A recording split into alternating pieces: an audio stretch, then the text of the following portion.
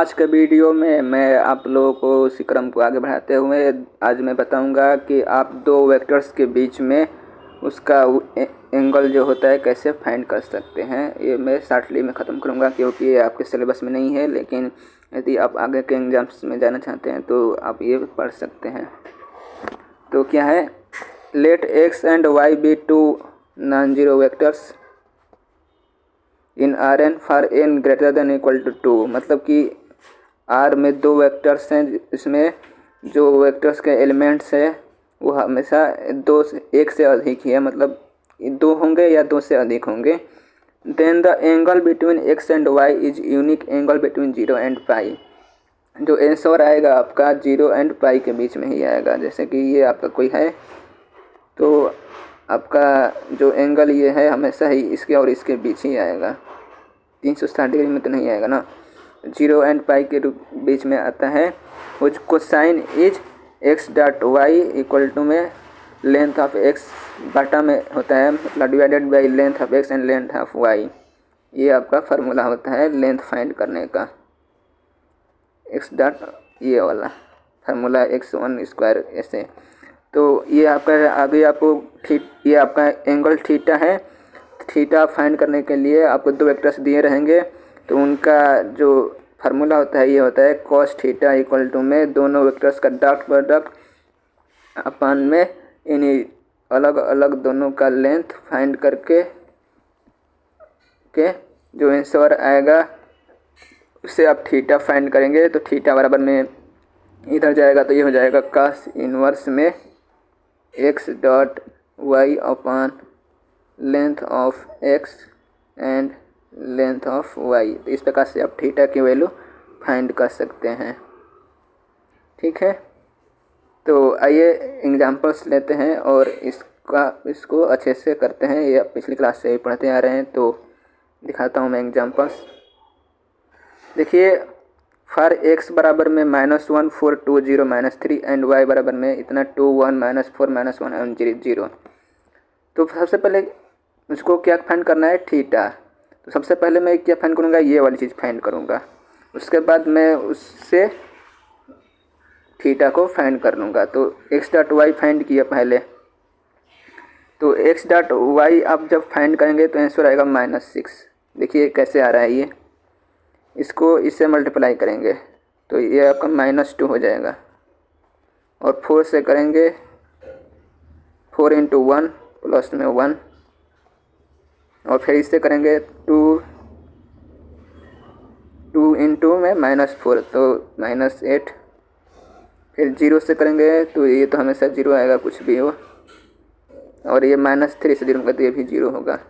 तो अब आंसर क्या आएगा, -2 एंड 1 -1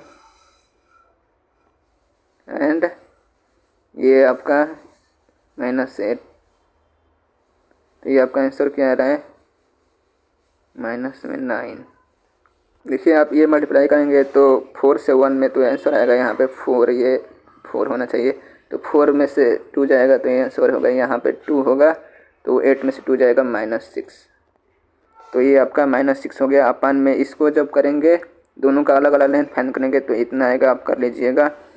तो इसको जब इससे डिवाइड किया गया कैलकुलेटर से तो इतना आंसर आया आपका 0.234 आया। देन आप करेंगे आगे थीटा को फाइंड करेंगे। तो आपका थीटा बराबर क्या होगा, जो एंगल होगा थीटा cos इक्वल टू में ये हो गया -6। जो आंसर आया था डायरेक्टली वो लिखते हैं, -6 नहीं, ये माइनस में 0.234। इसको आप कैलकुलेटर से करेंगे तो आपका आंसर आएगा कुछ इतना, जो कि 0 और पाई के बीच में है। सो इस प्रकार से आप किसी भी दो वेक्टर्स का एंगल फाइंड कर सकते हैं।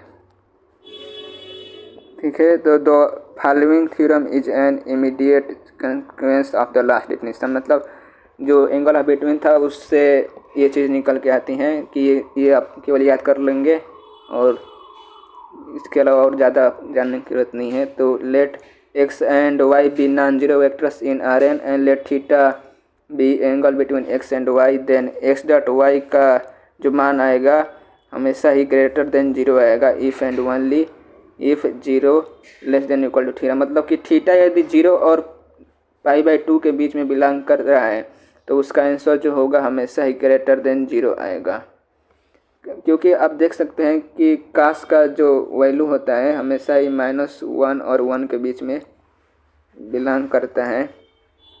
ठीक है, ये आपको पता होगा कि कास का वैल्यू -1 और 1 के बीच में आता है। ठीक है,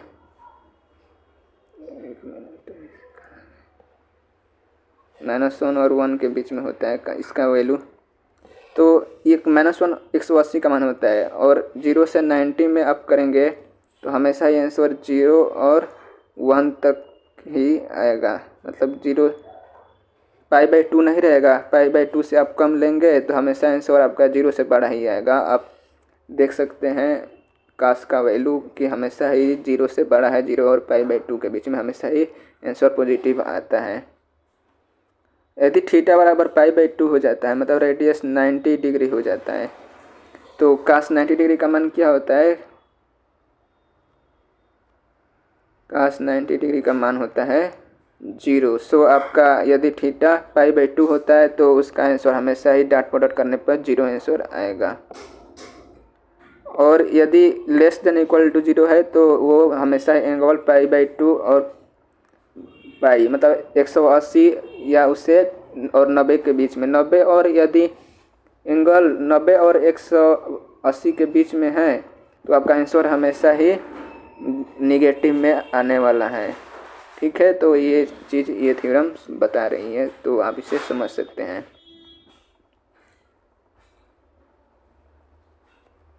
जैसे ये देखिए एग्जाम्पल से दे रखा है, जो पिछला एग्जाम्पल किया था वही एग्जाम्पल से। तो इसका जो है ये माइनस में आया है, देखिए इसका आंसर जब माइनस में आएगा less than equal to 0, less than equal to 0 आ गया तो इसका आंसर देखिए पाई/2 90 से बड़ा और 180 के बीच में आया है। तो आप देख सकते हैं कि जो आंसर है यदि लेस देन 0 आया है तो उसका आंसर 103.5 जो कि पाई/2 और पाई के बीच में है। इसी प्रकार से यदि आंसर आपका 0 आता है तो थीटा का मान हमेशा ही पाई 90 डिग्री आएगा आंसर। यदि ग्रेटर देन 0 है तो हमेशा ही आंसर आपका 0 और पाई/2 के बीच में आएगा, मतलब 0 और 90 के बीच में आंसर आने वाला है। ठीक है, तो आप अब ये समझ गए होंगे अच्छे से। आइए अब कुछ और स्पेशल केस देखते हैं उसी से रिलेटेड एंगल बिटवीन से। देखिए two vectors x and y in Rn are orthogonal या perpendicular if and only if x dot y equal to 0। मतलब कि डॉट प्रोडक्ट करने के बाद यदि आपका आंसर 0 आता है तो उसका आंसर जो होगा मतलब कि जो दोनों वेक्टर्स होंगे x एंड y हमेशा ही परपेंडिकुलर होंगे। मान लीजिए आपका ये answer x dot y equal to में 0 आ गया, तो 0 अपन में कुछ भी हो नॉट इक्वल टू 0, यहाँ पे नॉट इक्वल टू 0 हो गया है। यहाँ पे जो होगा लेंथ होगा, लेंथ हमेशा नॉट इक्वल टू 0 ही आता है।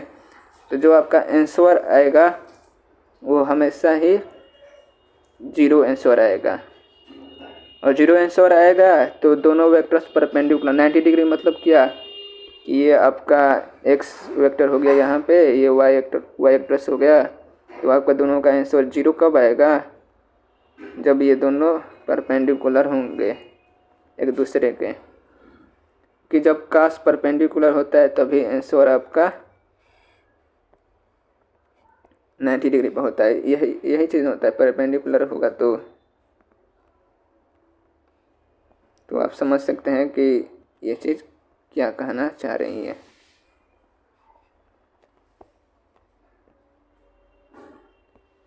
तो ये एग्जाम्पल से लिखा है the vector 2 -5 and -10 -4 are orthogonal in R square because x dot y equal to 0। मतलब सिंपल सी बात है कि यदि डॉट को डॉट का आंसर 0 आता है तो जो आंसर आएगा हमेशा ही आपका x और y जो होंगे दोनों एक दूसरे के परपेंडिकुलर होंगे। यदि यही आंसर आपका -1 और +1 आता है तो वो आपका जो एंगल होगा 180 डिग्री आंसर आएगा, और 180 डिग्री आंसर आने पर क्या होता है जो होता है वो हमेशा ही पैरेलल होता है। मतलब कि आपका आंसर यदि 180 आ गया, मतलब 180 किया, कुछ वेक्टर्स यहाँ गया होगा, वो वाला एक्स डॉट वाई, या इधर गया होगा, और 90 डिग्री में इधर गया होगा, और एक्स इधर गया होगा, और यहाँ पे दोनों एक दूसरे के पैरेलल होंगे। ये एक्स है तो ये वाई होगा, और दोनों का आंसर अगर डॉट पर 0 आता है तो दोनों क्या होंगे, एक दूसरे के पैरेलल होंगे। जैसे यदि आपका इसको हल करेंगे तो आपका आंसर 1 आ गया, तो 1 किसका मान होता है, cos 0 अंश का। तो 0 डिग्री है तो आपका कुछ ऐसे ही होगा ना, 0 पे ही। तो ये दोनों वेक्टर्स क्या हैं, एक दूसरे के परपेंडिकुलर हैं, पैरेलल हैं। यदि 0 या 1 आता है तो आप ये भी समझ सकते हैं अच्छे से। तो यहाँ पर इस वीडियो को समाप्त करते हैं।